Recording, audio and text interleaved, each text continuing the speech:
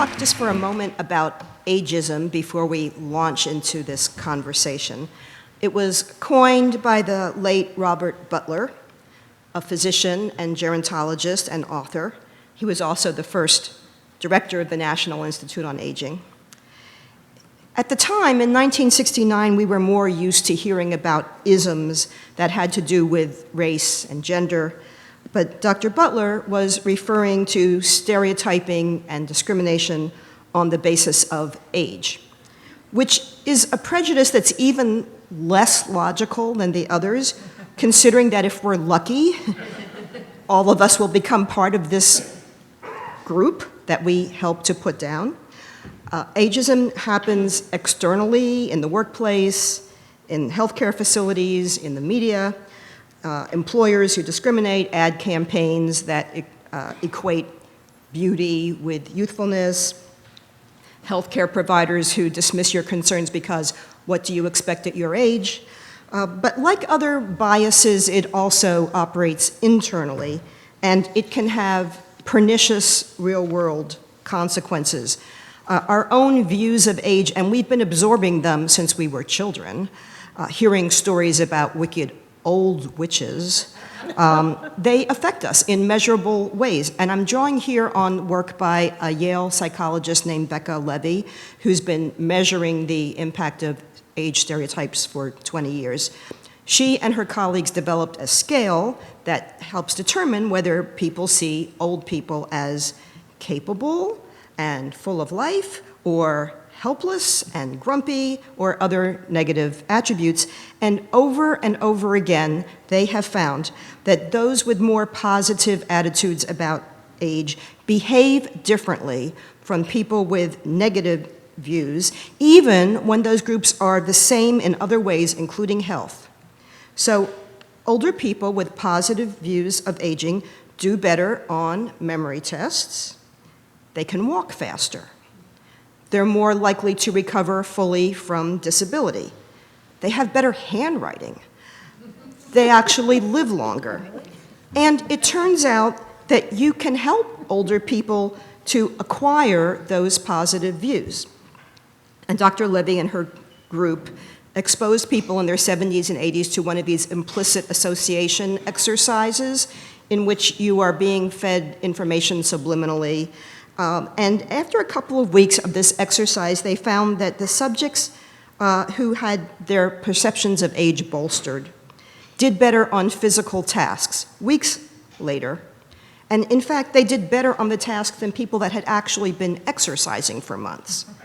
So maybe we should all just skip that part. No. So for ourselves and for our society, I think I speak for the panel tonight, when we say we think we need to take ageism seriously, and we need to help beat it back. And of course, many people experience ageism and other isms too.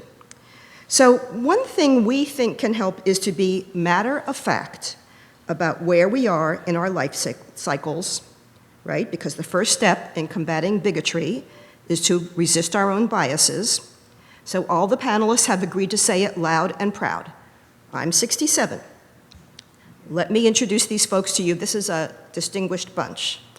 So next to me here is Ashton Applewhite, who was 64.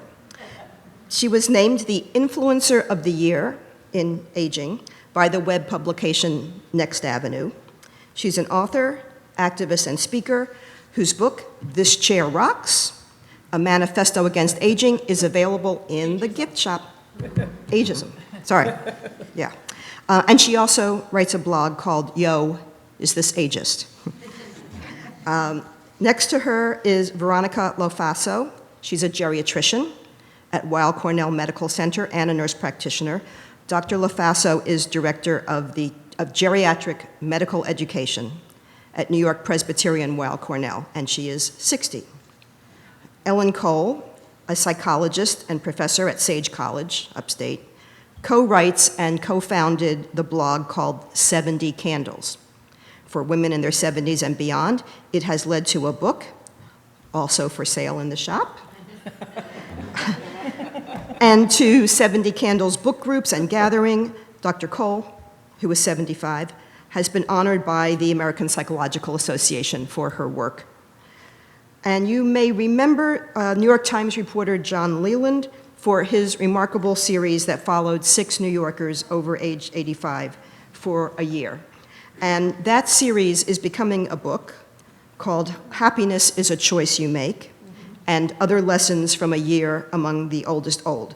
And it is not for sale yet in the shop, but it is scheduled for publication next year. And he is 57. By the way, my own book, When the Time Comes, about caregiving is out of print, but available as an ebook for your Kindle or downloadable to your devices. So we're going to talk first, and then we're going to ask you to join us.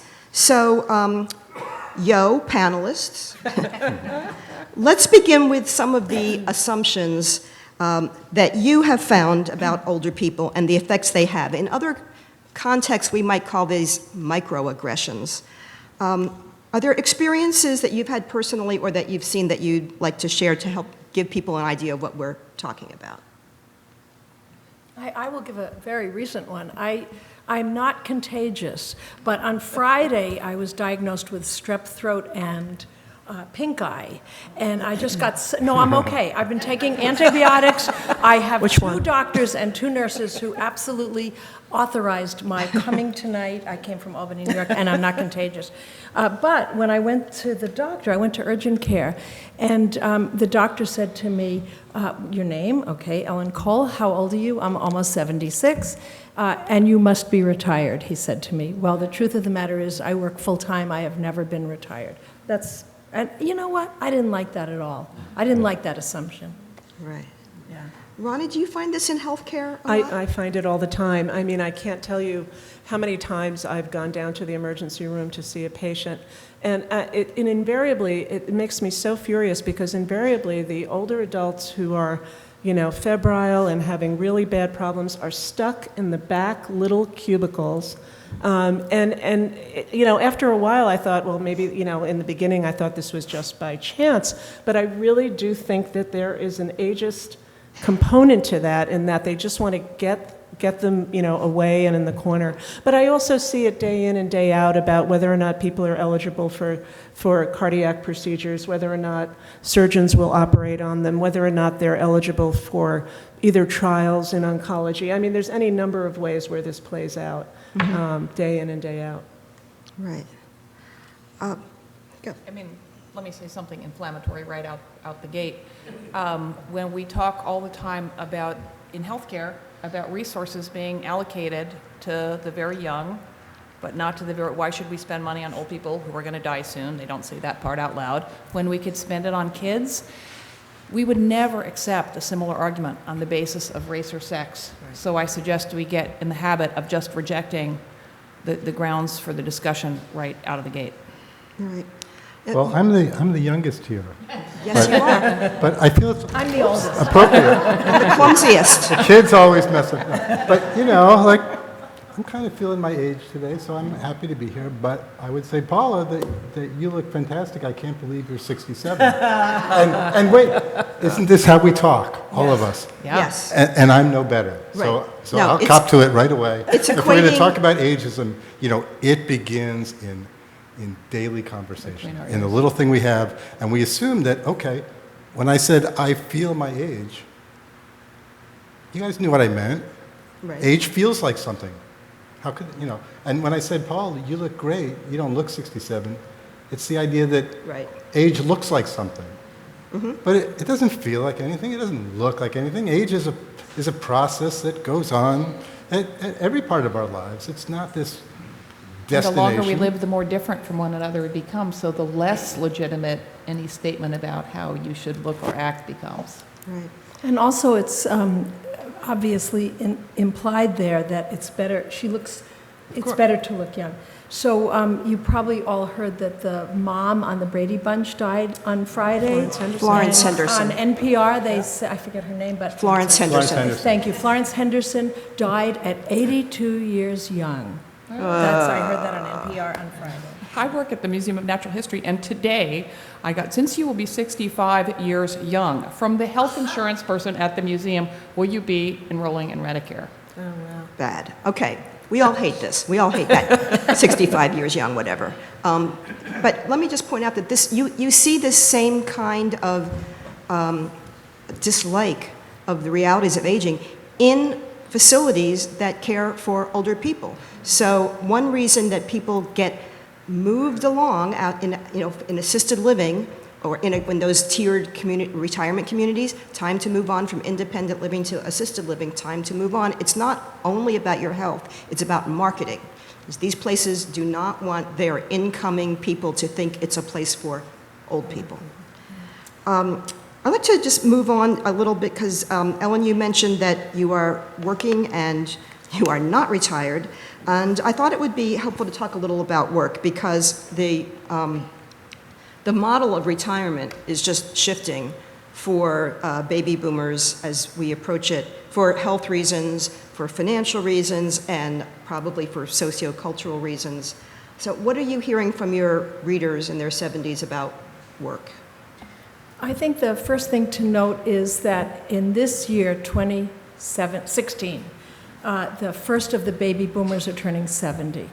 So this is a huge seismic shift in our culture. It has a lot to do with your question, and I actually have a little data. I'm an academic, I can't help it, I have a little data, but just a little bit. Okay, almost 20% of Americans 65 and older are now working. That's a lot. According to the U.S. Bureau of Labor Statistics, that's the most older people with a job since the early 1960s. For 75-year-olds, labor force participation has risen to 14% from 9% since 2000, another seismic shift. You mentioned that the reason people work, I think there are two reasons. One is financial need, and the other is because it gives them meaning. And, one of my favorite quotes, actually my husband told me this one, is that, I don't think he made it up though, everybody wants to be an important part of something important. And for me, I get that through my work. I also, of course, get it through my family, 3 of whom are here today. Thank you for coming. And, but it's, nobody wants to just be useless anymore. And I think that's a huge motivation to keep people working. I just want to say one more thing about that, and that's that I have a blog and have led a number of focus groups, and what I hear over and over again, and this is for women who have turned 70, they really have to make a decision about when they're going to retire, and that is huge because my generation is the first generation of professional women, really ever. And we have lots of data on men who retire, and we're just starting now to gather data on women who are retiring because we haven't been professional in large numbers. So, and again, this is really a huge issue. If I could just jump in, I would say that, when I think about healthy aging, if you will, or what keeps people well longer, I would absolutely say that having a passion for something. Now, it can be your work. But it doesn't have to be your work. But it has to be something that gives you a reason to get up, to focus, to use your brain, and it could be a dog, or it can be a job, or it can be an involvement in, or your grandchildren, or whatever. But I have to say that when I see people who age well, I would almost call that the single biggest influence on aging well, is having a purpose and a passion for something. So I would recommend that everybody find what that is early in life so you can continue it hopefully into your later years. So one more thing for me personally at my age, when is it going to be too late? When am I over the hill? Yeah. And that really scares me, I have to say. Right now I don't think I'm there yet, but I don't want to get over that hill. Ashton. 2 things. I mean, the idea that there's some hill that we head over, when we become old and it's all going to suck, doesn't exist. That is a false binary. Okay, we already can't do a lot of the things we already did, but most of us are finding ways to do versions of them. About the idea of having a purpose, there is really, really interesting data. People who signed up for long-term studies like the Baltimore study, so who agreed to have their brains autopsied when they died, When I first encountered this, I did not believe it, and it was years ago. People whose brains are full of Alzheimer's type plaques and tangles, who were sharp as tacks. And what those people have in common is a sense of purpose. Whatever, it could be to beat Mrs. Schwartz at bridge, it doesn't matter. To be important to someone, as you were saying. And I will say again, being the political activist on the panel, what is the biggest obstacle to finding meaning and purpose in late life? The structural ageism that relegates older people to the sidelines. This purpose research is really interesting. It's one of those things that that sociologists can measure. They can measure everything, and it too has, like positive views of aging, it has real consequences. Physically, Measurable. emotionally, longevity, all kinds of ways. John, in your 85-year-olds that you spent all that time with, and some of them had pretty serious disabilities, but was it hard for them to find purpose? How did they get themselves? I think the people that knew what their purpose was in life at 30, 40, 50, knew what their purpose in life was at 80, 90.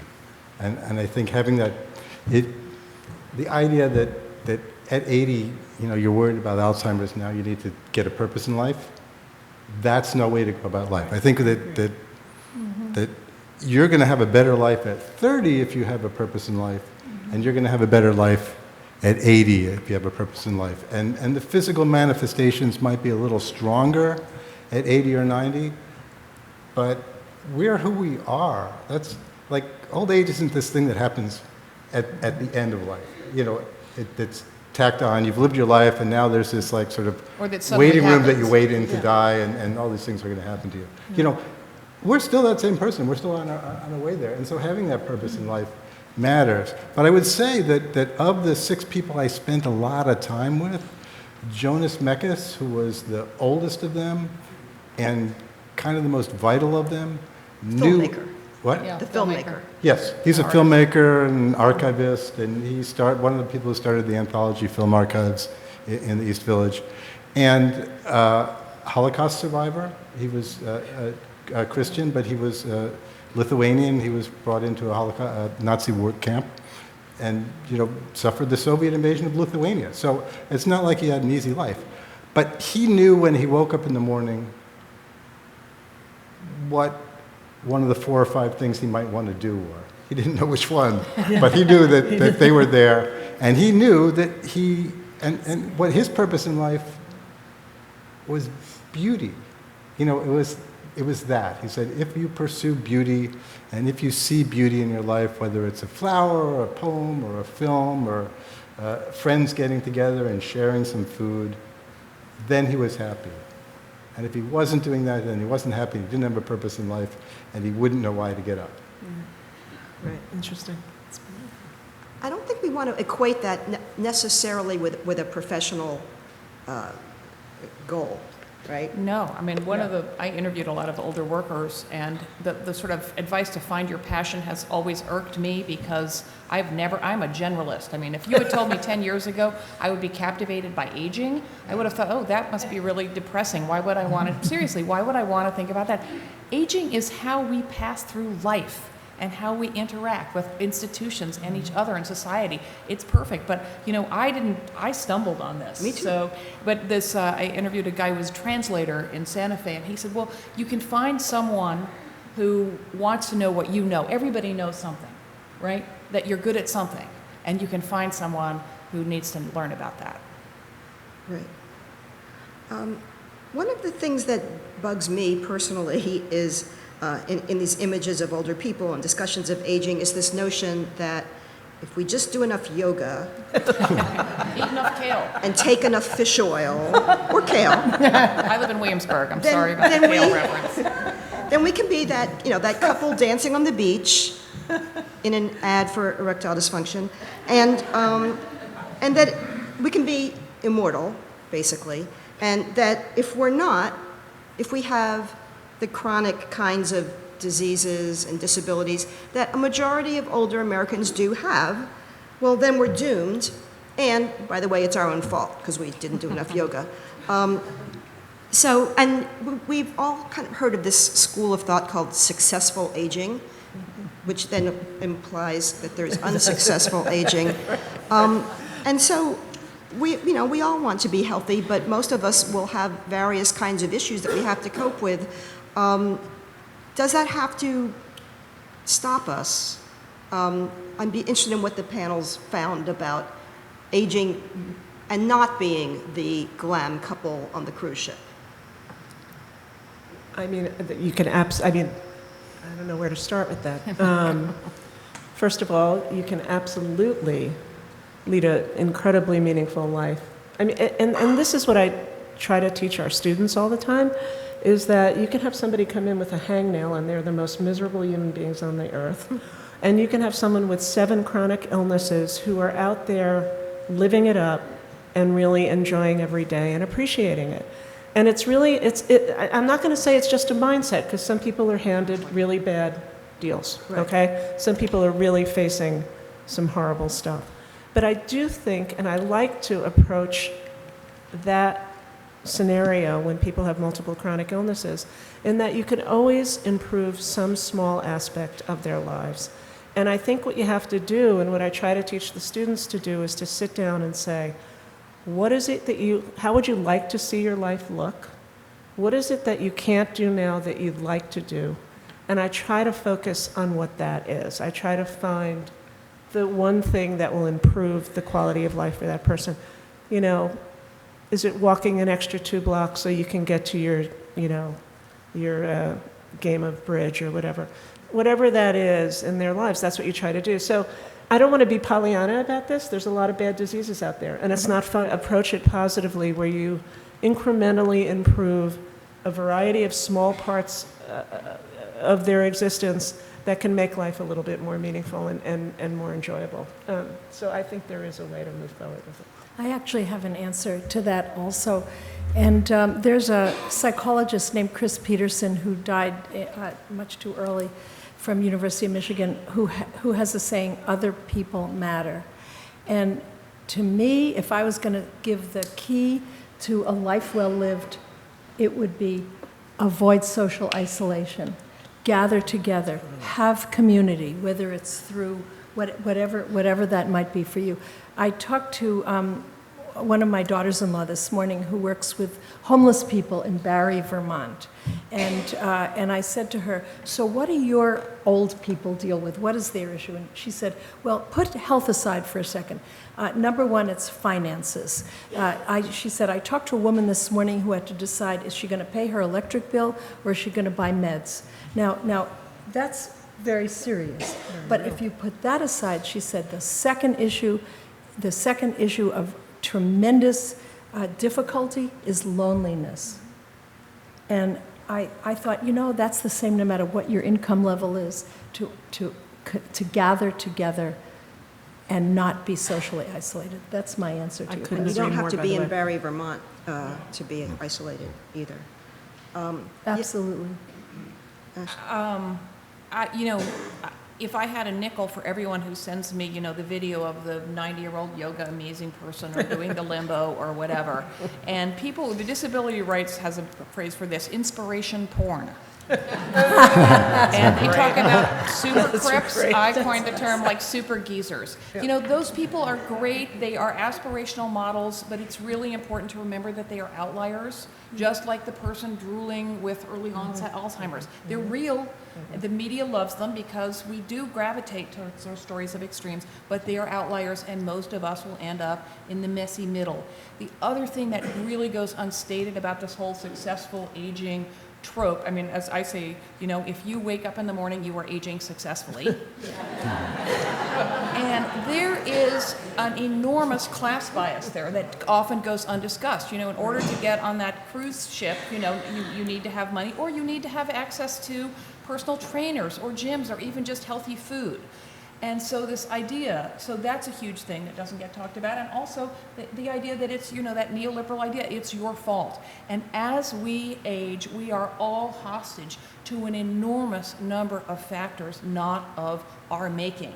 And this idea that there's a right way to age is what adds to age shame.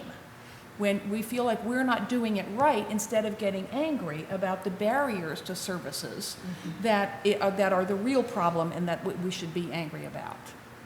But I also think we need to make sure we understand the things we are in control over. If not control, we have some influence over them. We can go to the Metropolitan Museum of Art and think, I'm with a bunch of old people and we can't hear well and we can't hear the proctor and we're all in walkers. Or we go to the Metropolitan Museum of Art and say, oh my God, Matisse. We still have this, ability to process the experiences of our lives. We have problems at every age, let's face it, like 18 sucks and 27 sucks, and those bad days when you're like 32 and think you'll never find love and you'll never make a living, that day really sucks. So there's going to be a day later on that sucks too. But, two people are going to process that same day extremely differently. And this is like the greatest lesson I've learned from spending this year with these 6 older people that were all over the age of 85, and some were having good days and some were having bad days, and some were happy and some were miserable, and it had almost no corroboration with what was going on in their lives physically, economically, anything else. Now, none of them, I should say, had extreme physical problems or cognitive breakdown, and I don't want to be Pollyannish and underestimate how that much is. But, like one of my people who's doing quite well says, yeah, you want to know what old age is like? It stinks. And she's got like a really good life that a lot of people would want.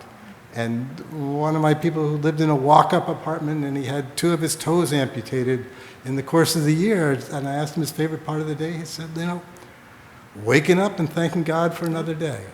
And that was his attitude to life, and that was her attitude to life. And that's why my book is called Happiness is a Choice You Make, because although we don't have control over things, we do have a lot of influence over this, and we are making choices about how we do that when we're older as when we're younger. And it's a really good point, but there's good and bad things about every age. The discourse in this society is that everything about being young is good, and everything about being old is bad, and also that ageism only affects older people. And ageism is any assumption about a person or a group of people based on how old they are, and it affects our whole life course. That it is really burdensome to be in your 20s and 30s, burdened by this message that it's all going to go downhill from now. So if you're not having, peak career, peak sex, peak everything right now, and that's right. Ageism. Or that you're wet behind the ears, so what do you know? Yeah. Well, as a group, we do know that, about this U-shaped curve, that people are happiest. U-curve of happiness. Right. Yeah, happiest in early in life. They get burdened by work, family, kids, so that you get a kind of slump here in the 40s, 50s, and then it goes up. And older people report greater happiness than middle-aged people. But not to, we're trying to walk a line here between being positive and being, too rosy. There are structural issues that affect some of this. It's hard not to be isolated if you can't climb stairs and you're in a walk-up apartment. It's hard not to be isolated if there's not transportation that you don't have to stand on a street corner in the snow or the heat and wait for.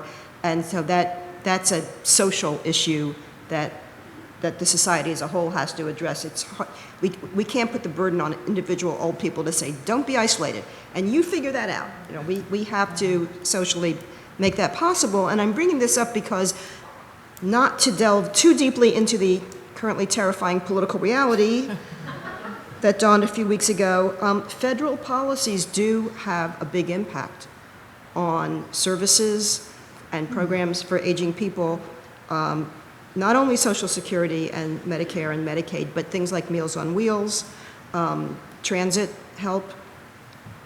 And I'm wondering what people see ahead after this election in terms of politics and policy for older people, older Americans.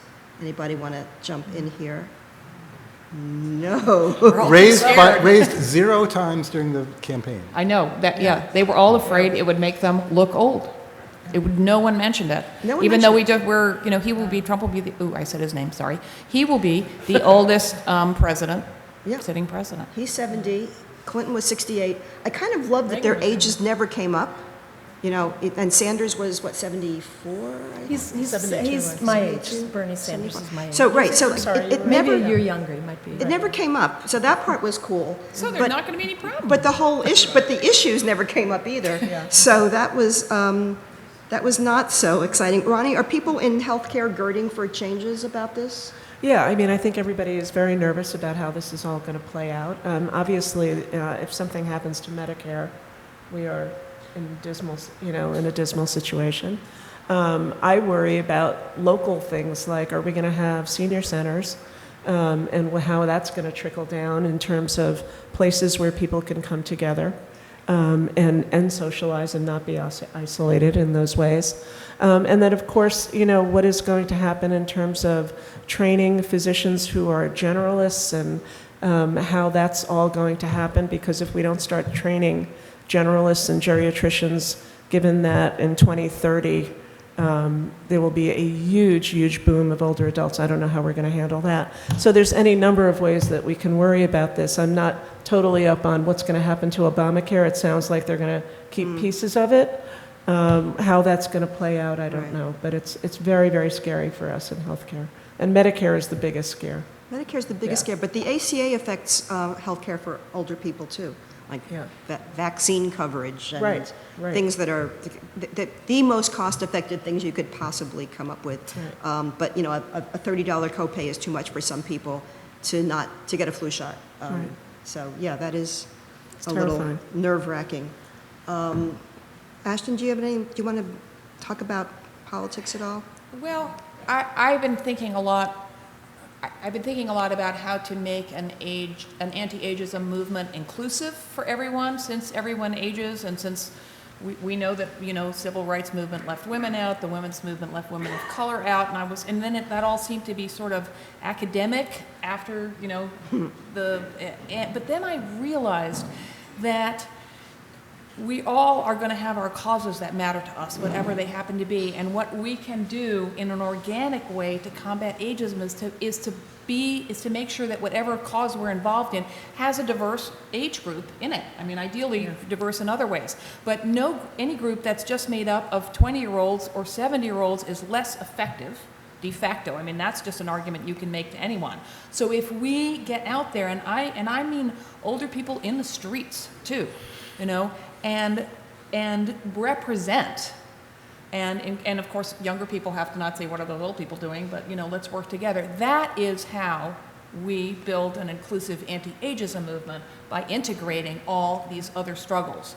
And I will just say, as the one thing that I am clinging to, it's a crumb, but it's a really big crumb, is that the possibility for radical change has never been greater.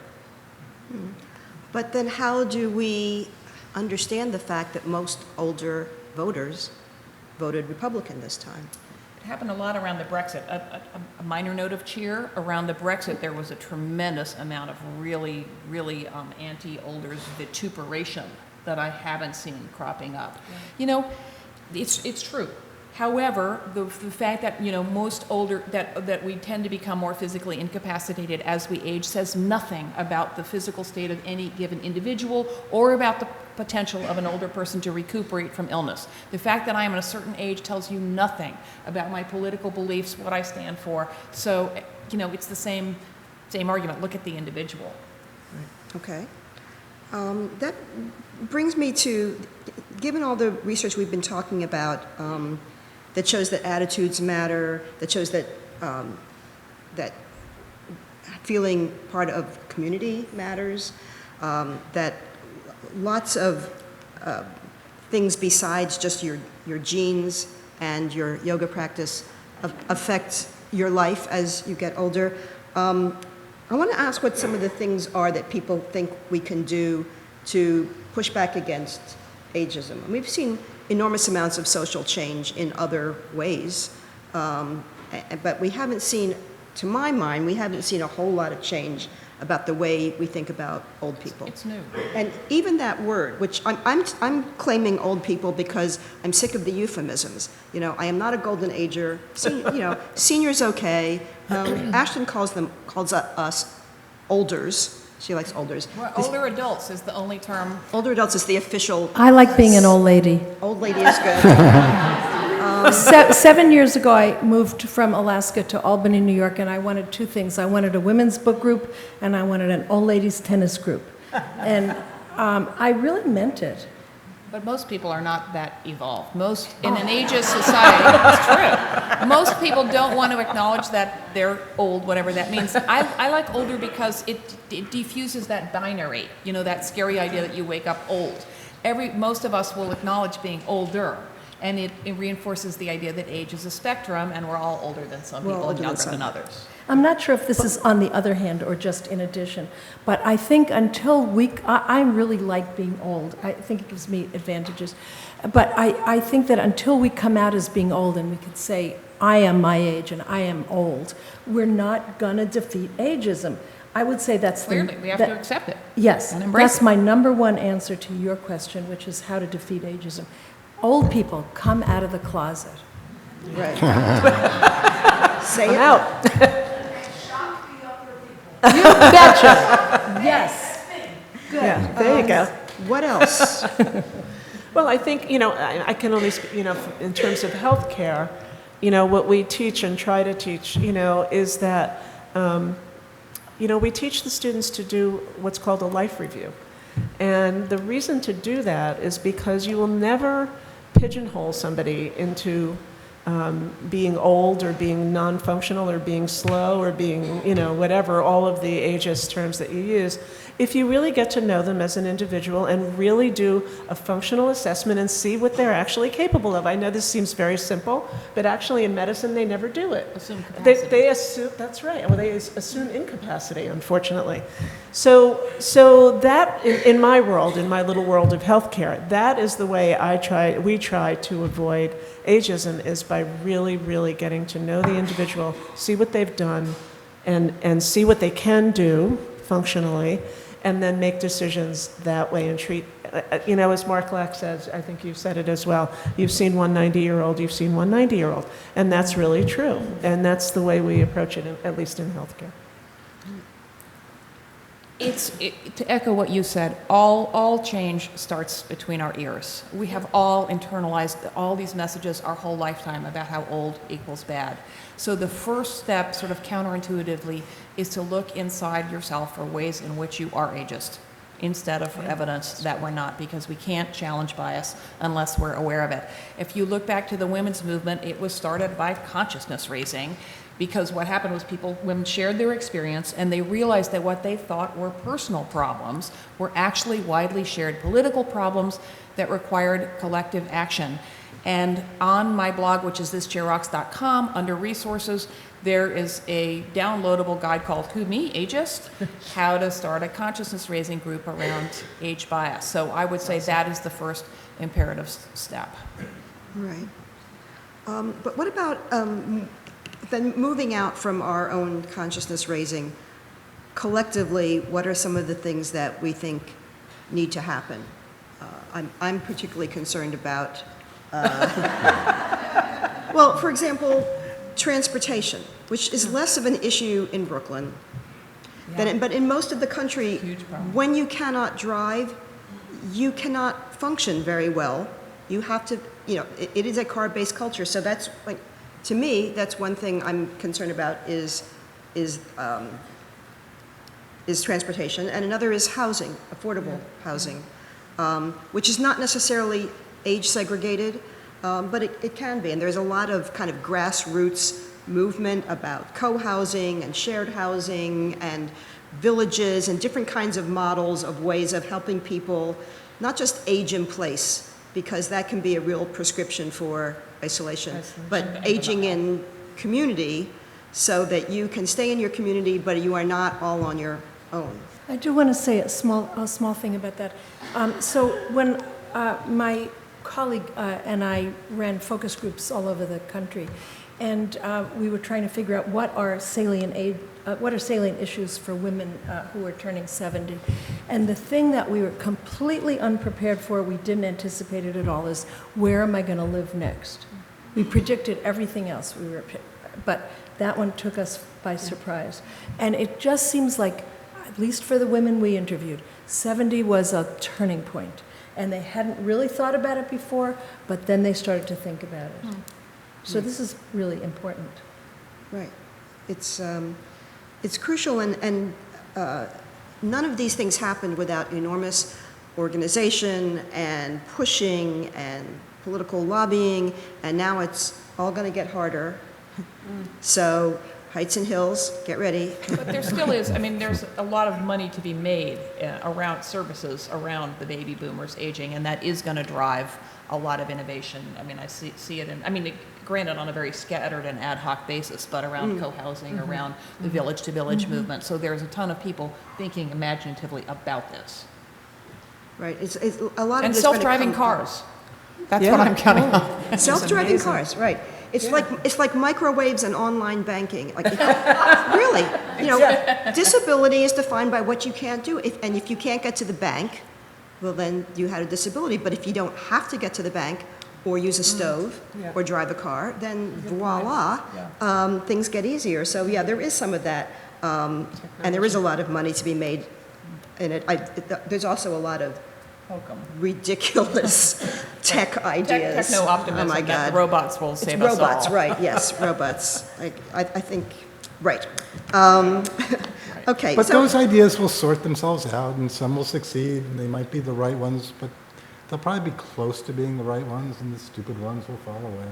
right. There will be, It'll be bumpy. It always is. there's a lot of emphasis on monitoring. Like, your entire house will have sensors. Well, that's interesting, yeah. Okay, and then what happens when the sensor tells you that I fell? Well, robot will pick it'll you ring a up. bell somewhere. I have a colleague working on virtual senior centers. I know. Virtual senior centers. yeah. Okay, I mean, isn't that called the internet? Yeah, well, yeah, sort of, or blogs or whatever, but we'll see.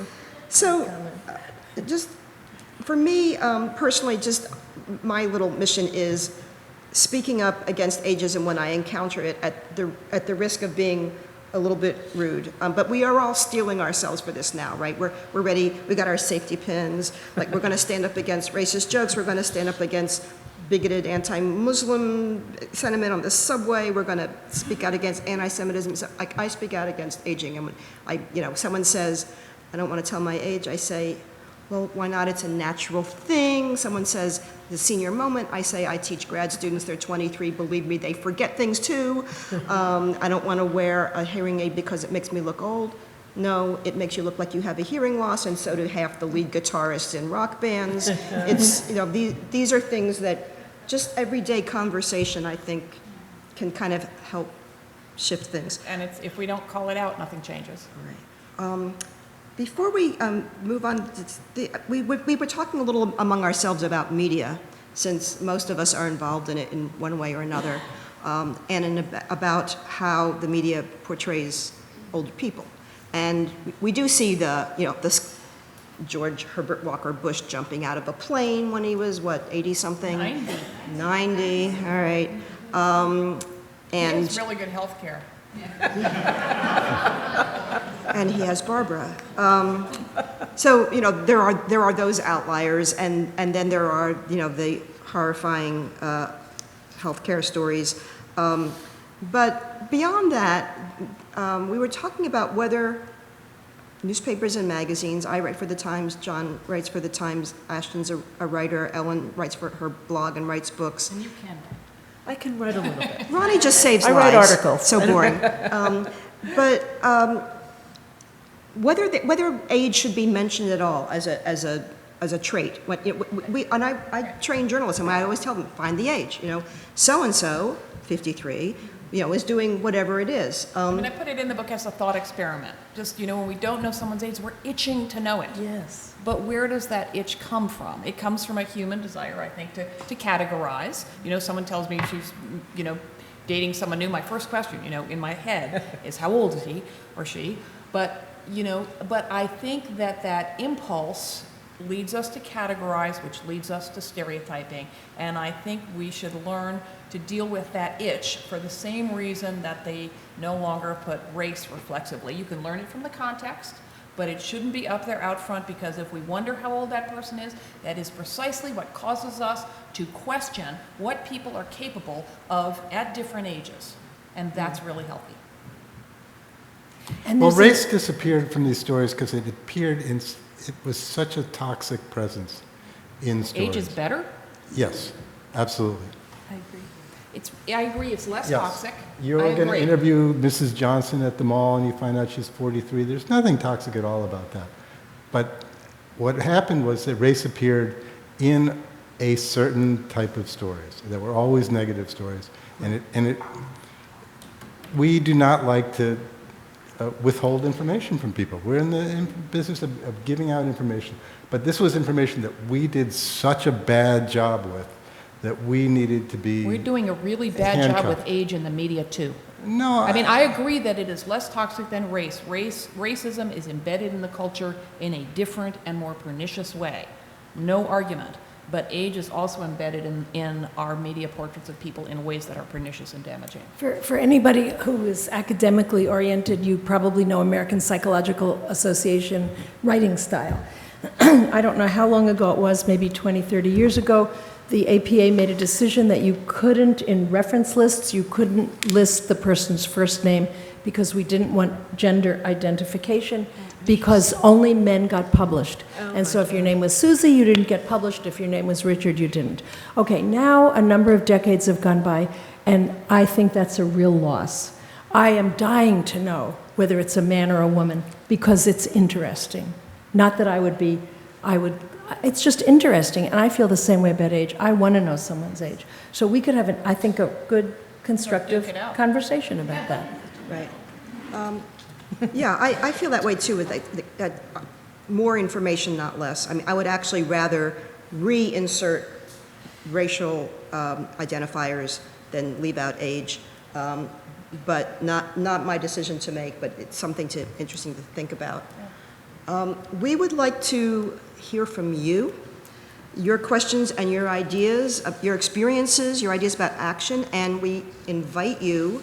We have people with microphones that will come around so that everyone can hear your question.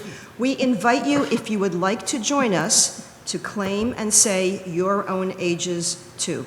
We don't require it, we encourage it.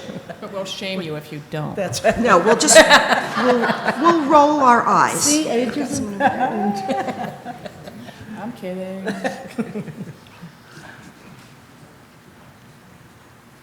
My name is Gene Krinsky. I'm 83.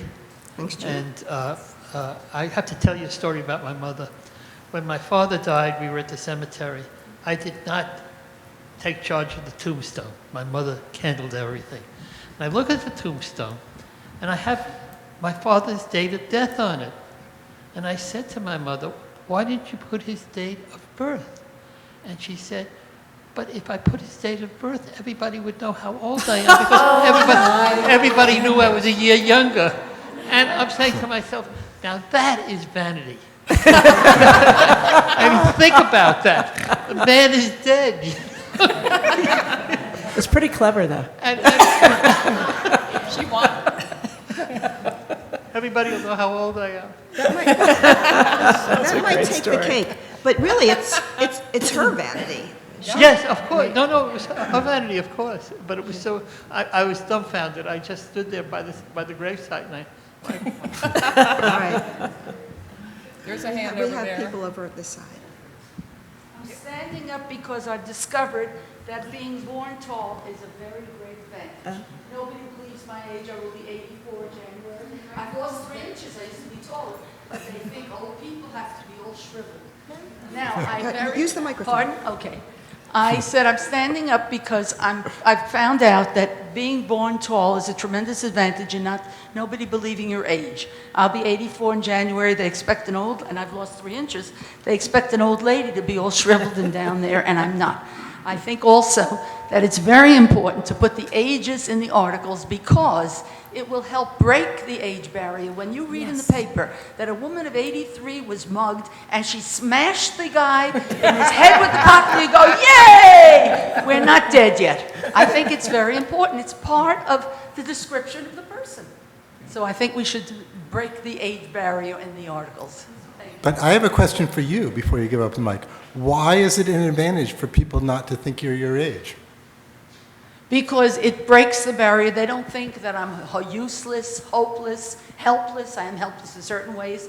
But the image of an old person is that of being negative. And if you're younger, then you're much more with it. You also break the barrier in terms of, as I said, shock people.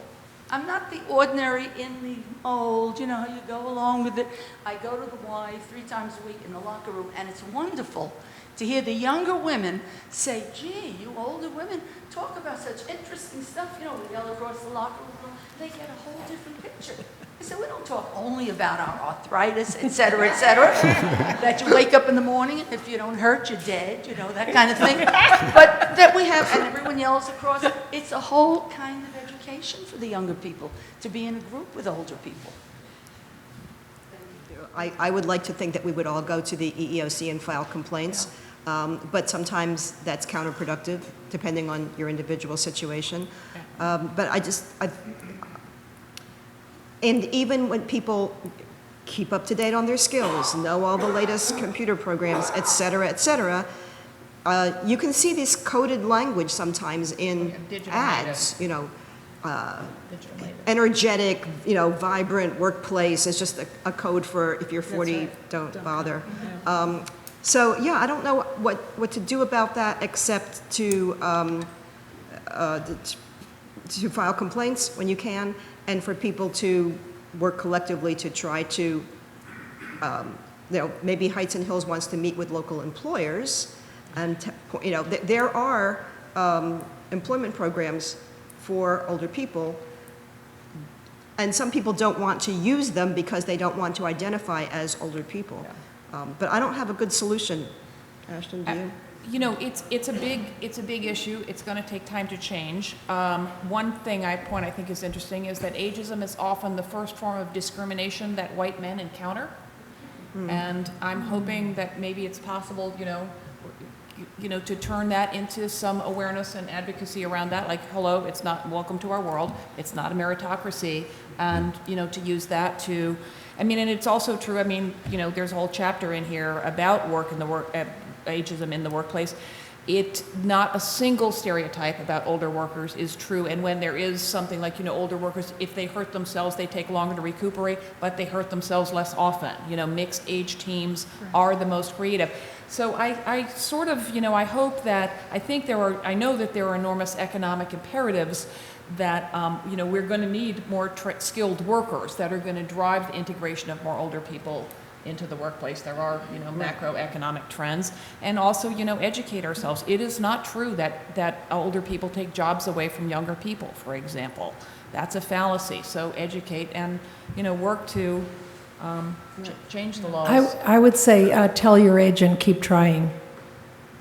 Well, it's, you know, the number of older people who are working is going up. Yep. Retirement age is going up. More people are in the workforce. So that is shifting, although slowly. And it's also true that that the more older people there are in the workforce, the more they are able to help get over some of these stereotypes. So I feel like we can Exactly. move it forward just by being there and staying there. That it doesn't help you, but I think it can help. The Wall Street Journal just did a big piece on Monday. Did you see it about myths, you know, myths about older workers? And the comment stream was, well, I'm still not finding anything. And, you know, and I posted it on my page, blah, blah, blah. And people say, well, that's not true to my experience. That's true. You know, again, this is really complex. There's always two sides. And those individuals' experience, like yours, is real, and it's really a problem. How do they expect older people to be financially responsible for ourselves if we're forced out of the job market? So if you don't want to take care of us, then you have to help us stay in the market. But it is fantastic that the Wall Street Journal did a piece on myths and stereotypes about older workers, because a lot of job, employers read those stuff. So, it is changing. Mm-hmm.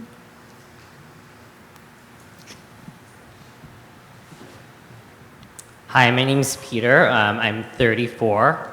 We won't hold that against you, Peter. That's fine. I think there's a lot of validity in terms of talking about the specifics of ageism, but I do a lot of work in immigrant communities, and a lot of the work and the experiences that a lot of the seniors in our communities have, race and class play a very big part in their experience. And so I was hoping if you could talk a little bit more about how the intersections of race and class can impact older adults in our community.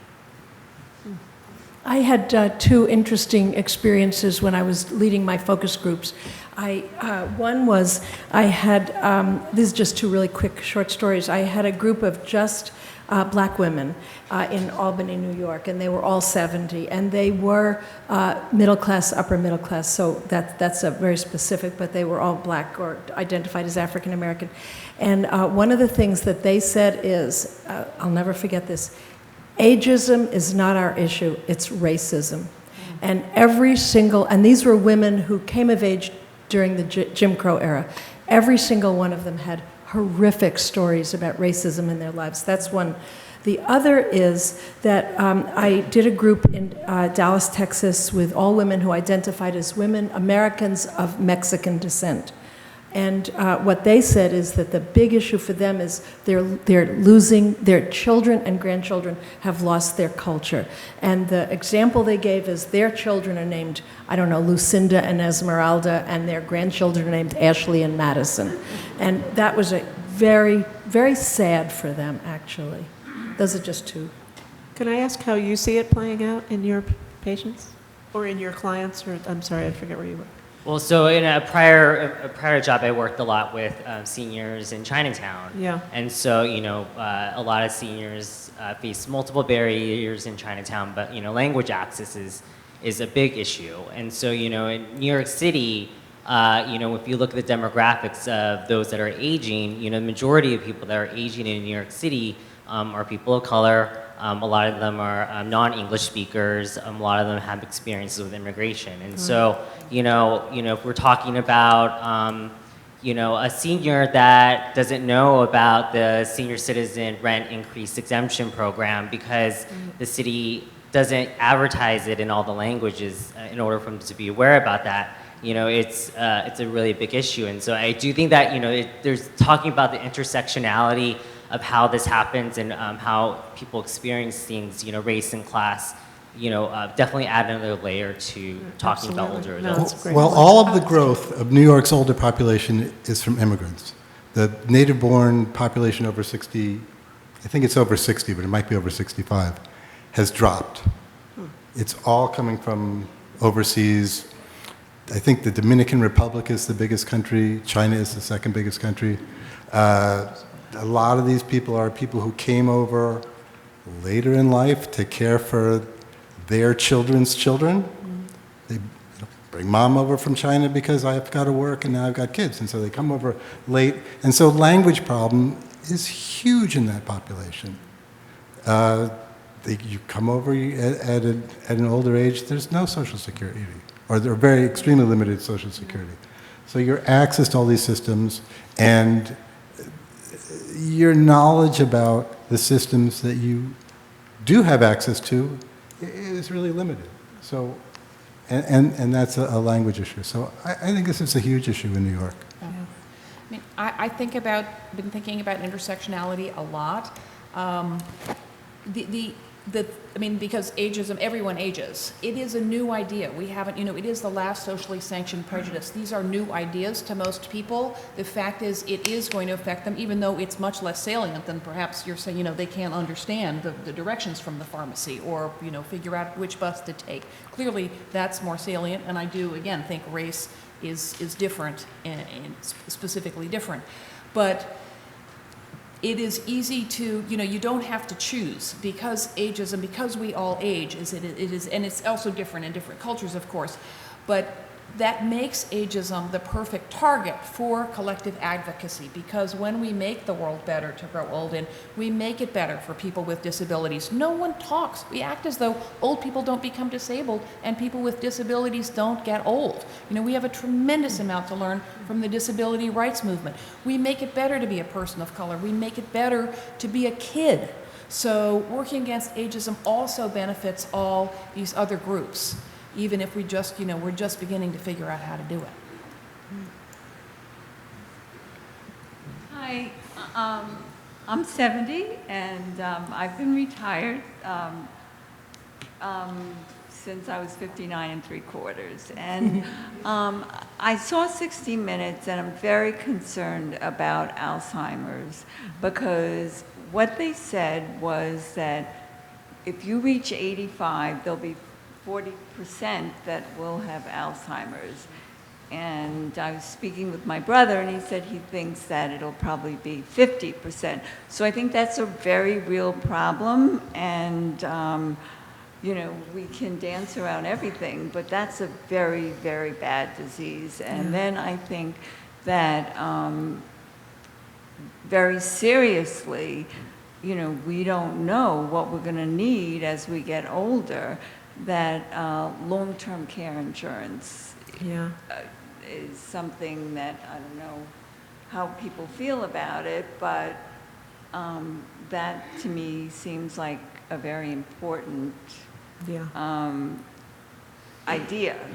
And also, if you're lucky enough and you do get Alzheimer's, and you do have the long-term care assistance, you can go into assisted living. And I think that these places are going to have to accommodate people who get this disease. This is very serious. Yeah, I've been saying for a long time, I'm not alone, obviously, that the caregiving issues that are going to come in the next couple of decades are daunting, really.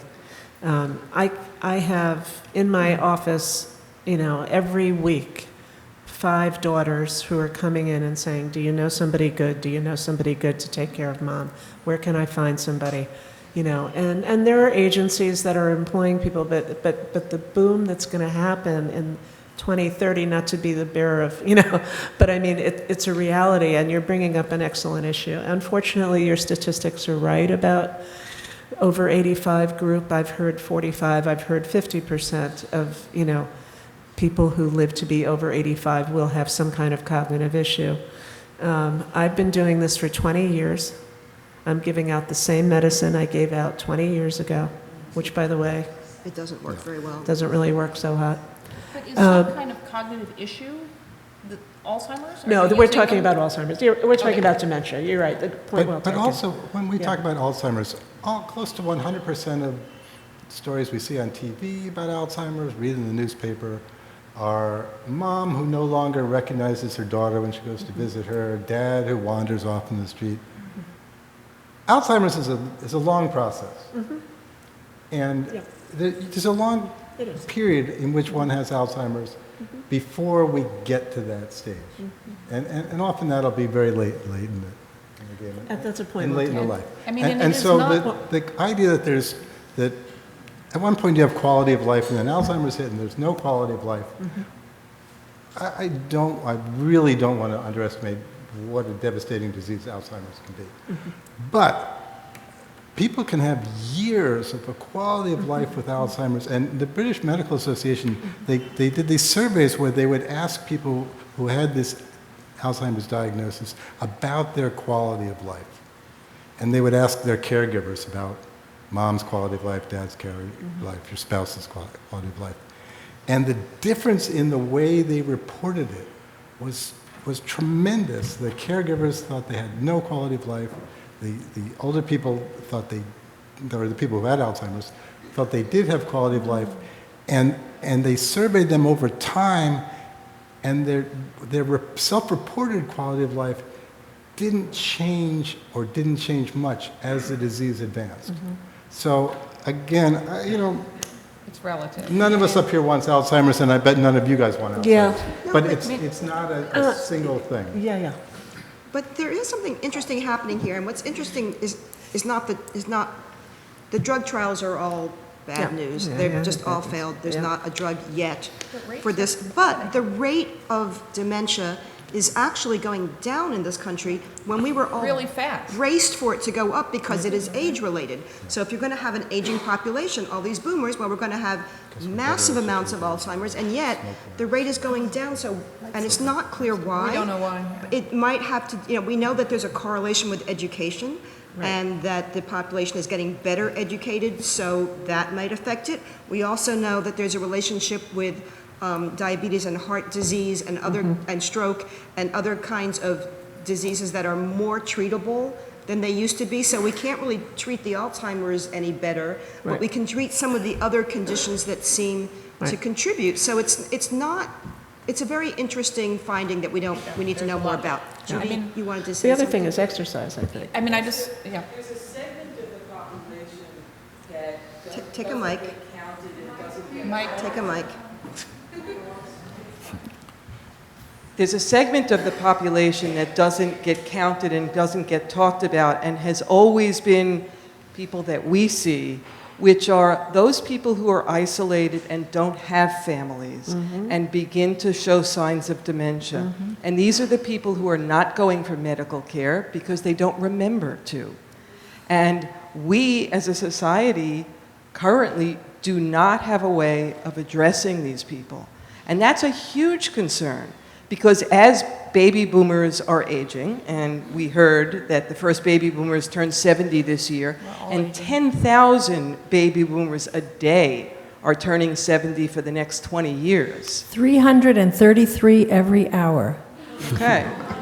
But this has been a concern of mine for going back for the 30 years I've been in the field, is that we do not have a way to find and address the people who don't have families to look after them. And you're right, when there's involved family, there's somebody there to get the person to the doctor, and the quality of life is better. But we frequently see people who have no family, who are not getting medical care, who don't agree that they need services, and inevitably, those are the people, and I hate to say it, but we know that they're an accident waiting to happen.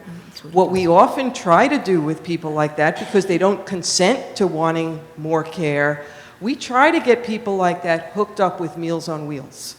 So at least somebody is touching them every day. And I can tell you a very sad story of, well, it's sad and not so sad in that we have a staff meeting once a month where we bring all of our staff together. And fortunately or unfortunately, our regular staff meeting was scheduled for the Wednesday morning after Election Day. And I was faced with having to go into a meeting of 35 people, all of whom are women and people of color, many immigrants. This is our staff. And children of immigrants. And I had to say something inspiring, and I really couldn't find anything to say, and we all did a little bit of crying. And then I moved on to start the meeting the way I start every one of our staff meetings, which is everybody in the room makes a difference in people's lives every day. And I ask each month if anyone wants to share how they made a difference. And my staff are usually very shy, and nobody wants to toot their own horn. And for the first time in months, somebody raised her hand and said, I saved somebody's life yesterday. And what had happened was someone who had no family, had nobody around, didn't answer the door for their meals. And we have a protocol where if somebody doesn't answer the door, we have to find somebody, and it may be the police, who will go in and check on the person. And sure enough, this person had fallen, was on the floor, was barely conscious, and she was able to get medical help to the person in the hospital.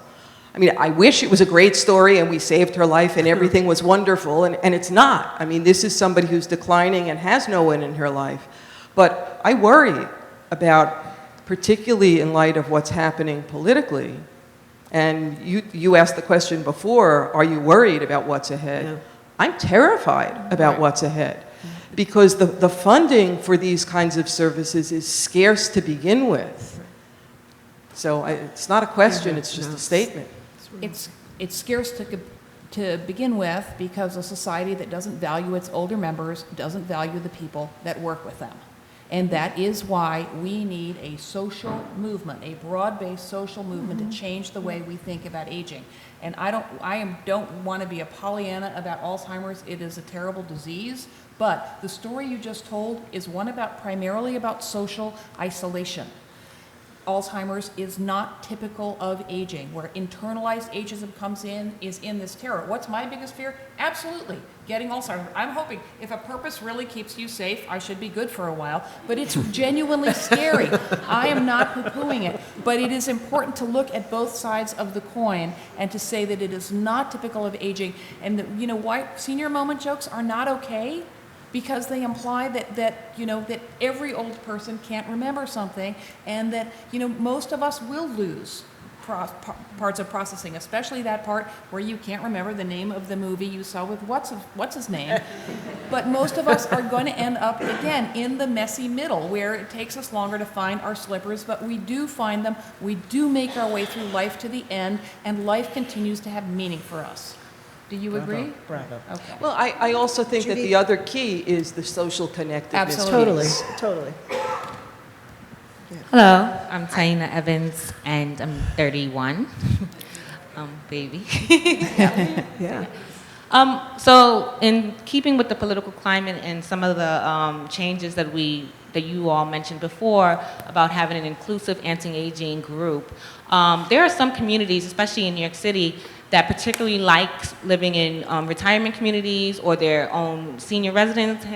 How do you envision, or what ways do you see pulling together intergenerational groups to these community centers that are really comfortable with whatever myth you guys were trying to debunk earlier? Well, there's this great model. The Norks, the Norks, JASAs, Nork, some yeah. participants in Heights and Hills. There's this great model of, I believe it was in Sweden, I don't know, they did a story on it.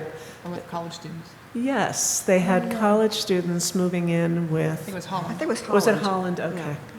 And that's a really intriguing model to me because, you know, you talk about starting, fighting ageism at a young age and having, you know, different people of different ages together and how that works.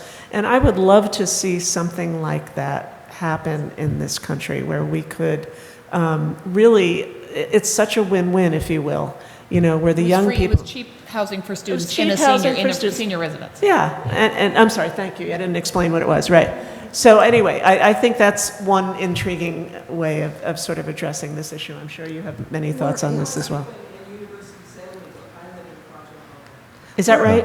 We're also seeing some instances where assisted living or senior-friendly communities have daycare centers and kindergartens, and there are school service groups that bring kids into communities with older people, so that people are not so siloed, and it works both ways. You want younger people to grow up with more positive views of aging, and for older people not to be the old scary people, and you want older people to not be shut out from the life of the community. I love this question because it gets to something that we haven't talked about. Is I don't give a shit what young people want. What is it that the older people want? What did you know?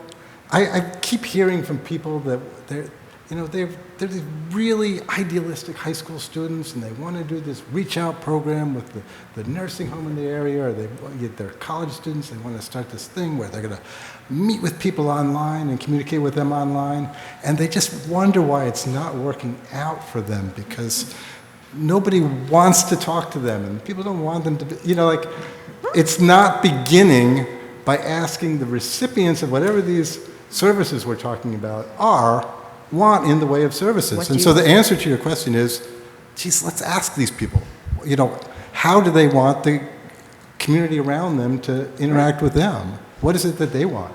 There are a lot of 55-plus communities where people spend a whole lot of money to move into a place where nobody who is under 55 can spend more than 3 weeks at a time. It's a law. It's of these gated communities. So, different strokes. I think that sounds like hell, personally.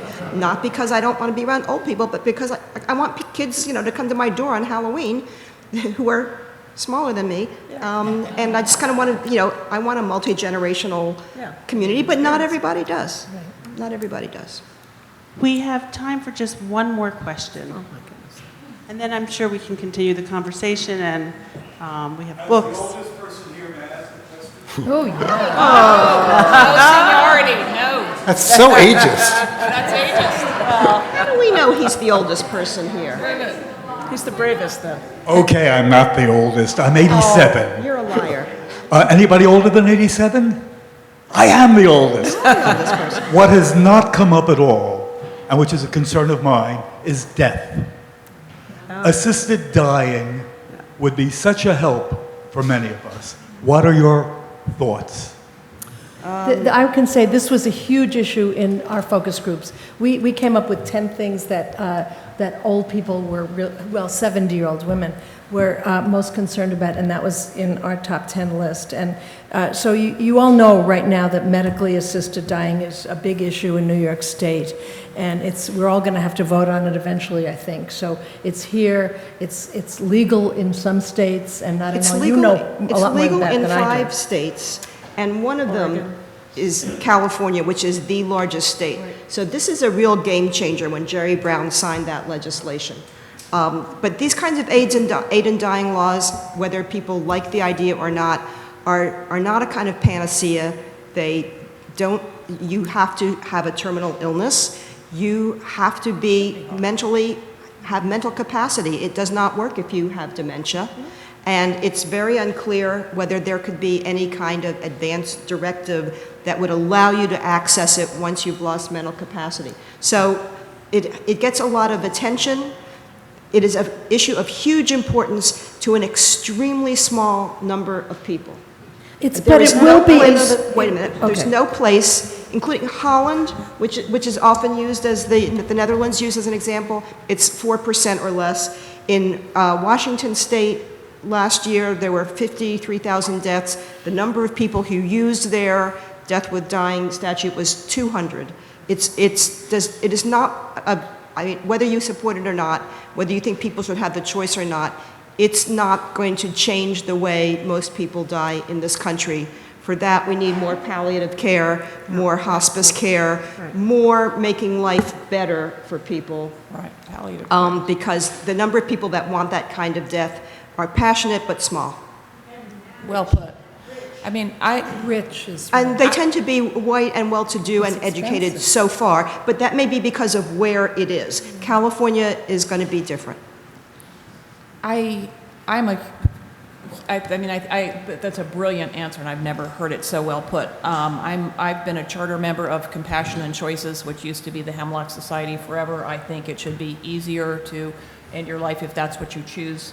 But from an ageism point of view, we are bombarded with messages our whole life long that to age is to become useless and unwanted. And I never thought I'd have to make the case that older people have the right to want to stay alive. But sometimes that is what I am doing. And you hear this around the discourse around when you hear healthy, middle-aged people talking about not wanting to become a burden, not because they're sick, not because they're poor, just because they're old, and that the ethical alternative will be to commit suicide. That is internalized ageism of the most lethal kind, and we need to push back against it. I don't want to end on this note. I want to end on the note that that there are 80 million baby boomers, and they are of all kinds, all colors, all sexual orientations. They are healthy and not healthy. They are disabled or not disabled. They are jumping out of airplanes, and they are having dementia, and they are us, all of us. And thinking differently about that part of our life is just both fascinating and crucial. And I think I want to end it there, okay? I want to thank you all.